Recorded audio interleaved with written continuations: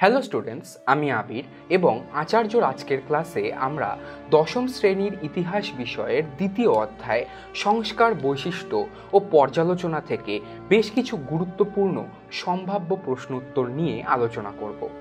আজকের ক্লাসটি তাহলে চলো দেরি না করে আমরা শুরু করি। আজকের ক্লাসে আমরা আলোচনা করব দ্বিতীয় অধ্যায় অর্থাৎ সংস্কার বৈশিষ্ট্য ও পর্যালোচনা থেকে কি গুরুত্বপূর্ণ প্রশ্ন পরীক্ষায় আসতে পারে। দেখো, আমাদের প্রত্যেকটি অধ্যায়ের বেশ কিছু ভাগ রয়েছে, যেমন এমসিকিউ প্রশ্ন, অতি সংক্ষিপ্ত 1 নম্বরের প্রশ্ন, সংক্ষিপ্ত 2 নম্বরের প্রশ্ন এবং বিশ্লেষণধর্মী 4 নম্বরের প্রশ্ন। এছাড়াও ব্যাখ্যামূলক 8 নম্বরের প্রশ্নও কিন্তু পরীক্ষায় এসে থাকে। আজকের ক্লাসে আমরা এরকমই বেশ কিছু প্রশ্ন নিয়ে আলোচনা করব এবং বাকি প্রশ্নগুলি আমাদের ক্লাসগুলি শেষ হওয়ার পর যে নোট তোমাদের দেওয়া হবে সেই নোটে তোমরা পেয়ে যাবে। তাহলে দেখো, প্রথমে আমরা যদি এমসিকিউ পোর্শনটি নিয়ে আলোচনা করি, তাহলে এমসিকিউর ক্ষেত্রে তোমাদের একটি গুরুত্বপূর্ণ প্রশ্ন হলো নব্য বেদান্ত মতাদর্শ কে জনপ্রিয় করেছিলেন। নব্য বেদান্ত মতাদর্শকে জনপ্রিয় করেছিলেন, এই প্রশ্নটির তোমাদের অপশনগুলি হলো রাজা রামমোহন রায়, কেশবচন্দ্র সেন, স্বামী বিবেকানন্দ এবং রামকৃষ্ণ পরমহংস। এই প্রশ্নটির উত্তর হলো স্বামী বিবেকানন্দ। তোমরা জানো যে স্বামী বিবেকানন্দ ইউরোপ এবং আমেরিকায় নব্য বেদান্ত মতাদর্শের প্রচার করেছিলেন এবং হিন্দু ধর্মকে বিশ্বের দরবারে তুলে ধরেছিলেন। আমাদের দ্বিতীয় এমসিকিউটি হলো বাংলায় রক্ষণশীল সমাজের মুখপত্র কি ছিল। রক্ষণশীল সমাজের মুখপত্র কি ছিল, এই প্রশ্নের অপশনগুলি হলো সমাচার দর্পণ, দিগদর্শন, সমাচার চন্দ্রিকা এবং সংবাদ কৌমুদী। তোমরা জানো যে বাংলায় রক্ষণশীল সম্প্রদায়ের মুখপত্র ছিল সমাচার চন্দ্রিকা। এই পত্রিকাটি রাজা রামমোহন রায়ের সমাজ সংস্কারের আদর্শের তীব্র বিরোধিতা করেছিল এবং সতীদাহ প্রথা যাতে ব্রিটিশরা কোনোভাবেই বন্ধ করতে না পারে সে বিষয়েও কিন্তু সচেষ্ট হয়েছিল। তৃতীয় এমসিকিউটি হলো মেট্রোপলিটন ইনস্টিটিউশন কে প্রতিষ্ঠা করেছিলেন। অপশনগুলি হলো রাজা রামমোহন রায়, শ্রীরামকৃষ্ণ পরমহংসদেব, ঈশ্বরচন্দ্র বিদ্যাসাগর এবং কবিগুরু রবীন্দ্রনাথ ঠাকুর। সঠিক উত্তরটি হলো ঈশ্বরচন্দ্র বিদ্যাসাগর। ঈশ্বরচন্দ্র বিদ্যাসাগর এই মেট্রোপলিটন ইনস্টিটিউশন প্রতিষ্ঠা করেছিলেন এবং উচ্চশিক্ষা বিস্তারের ক্ষেত্রে একটি গুরুত্বপূর্ণ অবদান রেখেছিলেন। পরবর্তী প্রশ্নটি হলো সরকারি চাকরিতে যোগদানের ক্ষেত্রে ইংরেজি জানা বাধ্যতামূলক।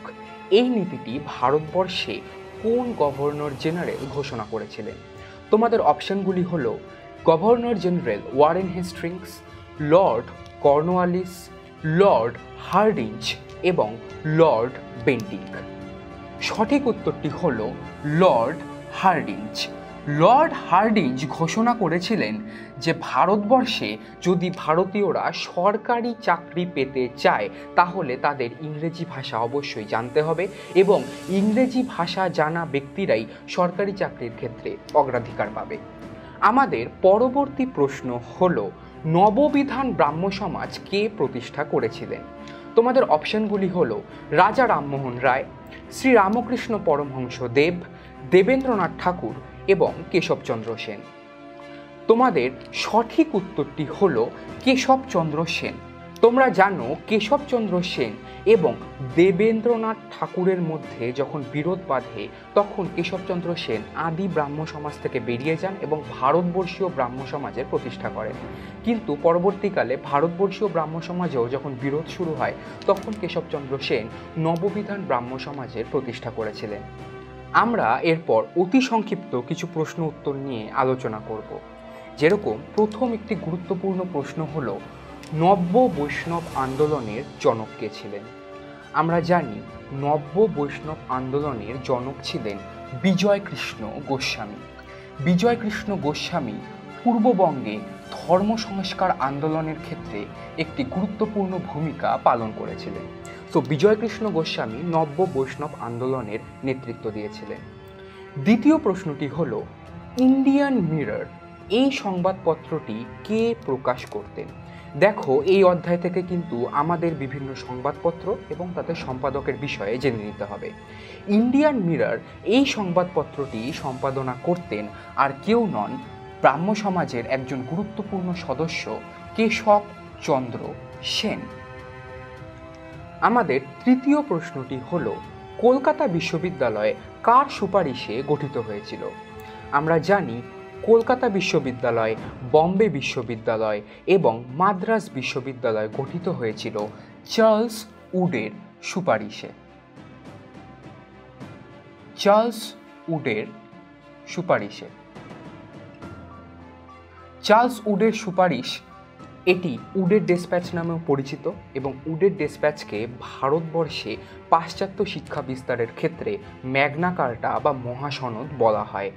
আমাদের পরবর্তী প্রশ্ন হল, প্রথম কোন পত্রিকায় মধ্যবিত্ত শ্রেণী এই শব্দবন্ধটির উল্লেখ পাওয়া যায়? এটি আমরা আমাদের ক্লাসেও আলোচনা করেছি এবং এটি একটি অত্যন্ত গুরুত্বপূর্ণ প্রশ্ন। তা হল, মধ্যবিত্ত শ্রেণী এই শব্দবন্ধটি প্রথম বঙ্গদূত পত্রিকায় আমরা দেখতে পাই। 5 নম্বর প্রশ্ন হল, কোন বিখ্যাত পাশ্চাত্য রাজনীতিবিদ ভারতবর্ষে ডাউনওয়ার্ড ফিল্ট্রেশন থিওরি জন্ম দিয়েছিলেন? আমরা এর উত্তর সবাই জানি। ডাউনওয়ার্ড ফিল্ট্রেশন থিওরির জনক ছিলেন লর্ড মেকলে।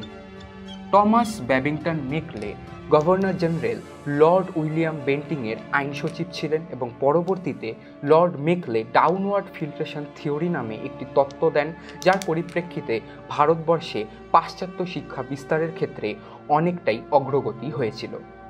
অতি সংক্ষিপ্ত প্রশ্নের পর আমরা যদি সংক্ষিপ্ত প্রশ্নের ক্ষেত্রে আসি, অর্থাৎ 2 নম্বরের প্রশ্নের ক্ষেত্রে যদি আসি, তাহলে 2 নম্বরের প্রশ্নের ক্ষেত্রে এই অধ্যায় থেকে অনেকগুলি গুরুত্বপূর্ণ প্রশ্ন কিন্তু পরীক্ষায় এর আগেও এসেছে এবং এর পরেও বিভিন্ন ক্ষেত্রে এই প্রশ্নগুলি আসতে পারে।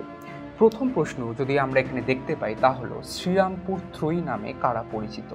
তোমরা জানো কেরি, মার্শম্যান এবং ওয়ার্ড শ্রীরামপুর ত্রয়ী নামে পরিচিত এবং শ্রীরামপুর ত্রয়ী এটি সংক্ষিপ্ত প্রশ্ন বা টিকা হিসাবে কিন্তু আমাদের পরীক্ষায় আসতে পারে। দ্বিতীয় একটি প্রশ্ন আসতে পারে, তা হলো 3 আইন।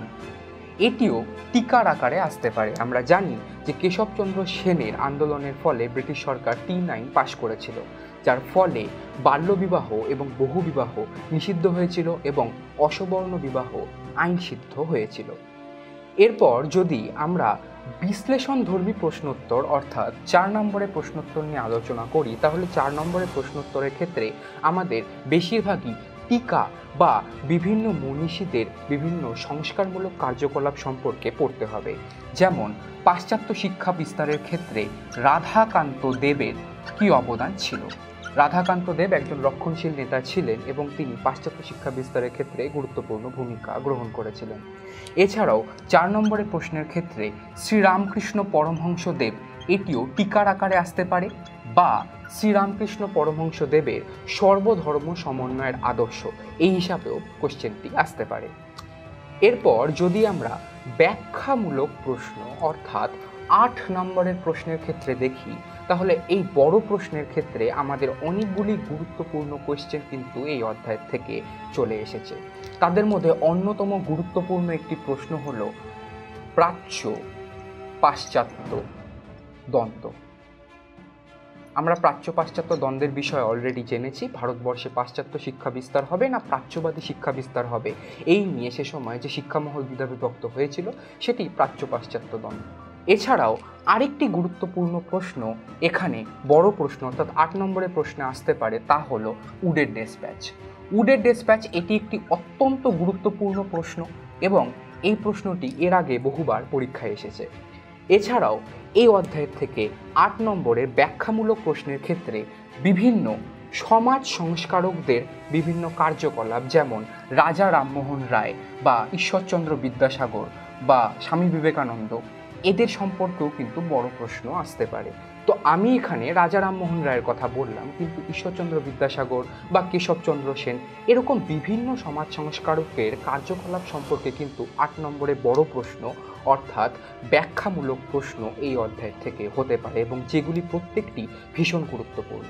এই সমস্ত কোশ্চেনই তোমরা আমাদের নোটে পেয়ে যাবে এবং পাঠ্যপুস্তকের পাশাপাশি নোট এবং অন্যান্য স্টাডি মেটেরিয়াল ফলো করলেই তোমরা এই সমস্ত গুরুত্বপূর্ণ প্রশ্নের উত্তর নিজেরাই দিতে পারবে। তাহলে আজকের ক্লাসটি আমরা এখানেই শেষ করছি। দেখা হচ্ছে আচার্যর পরবর্তী ক্লাসে। ততক্ষণ পর্যন্ত পড়তে থাকো, জানতে থাকো।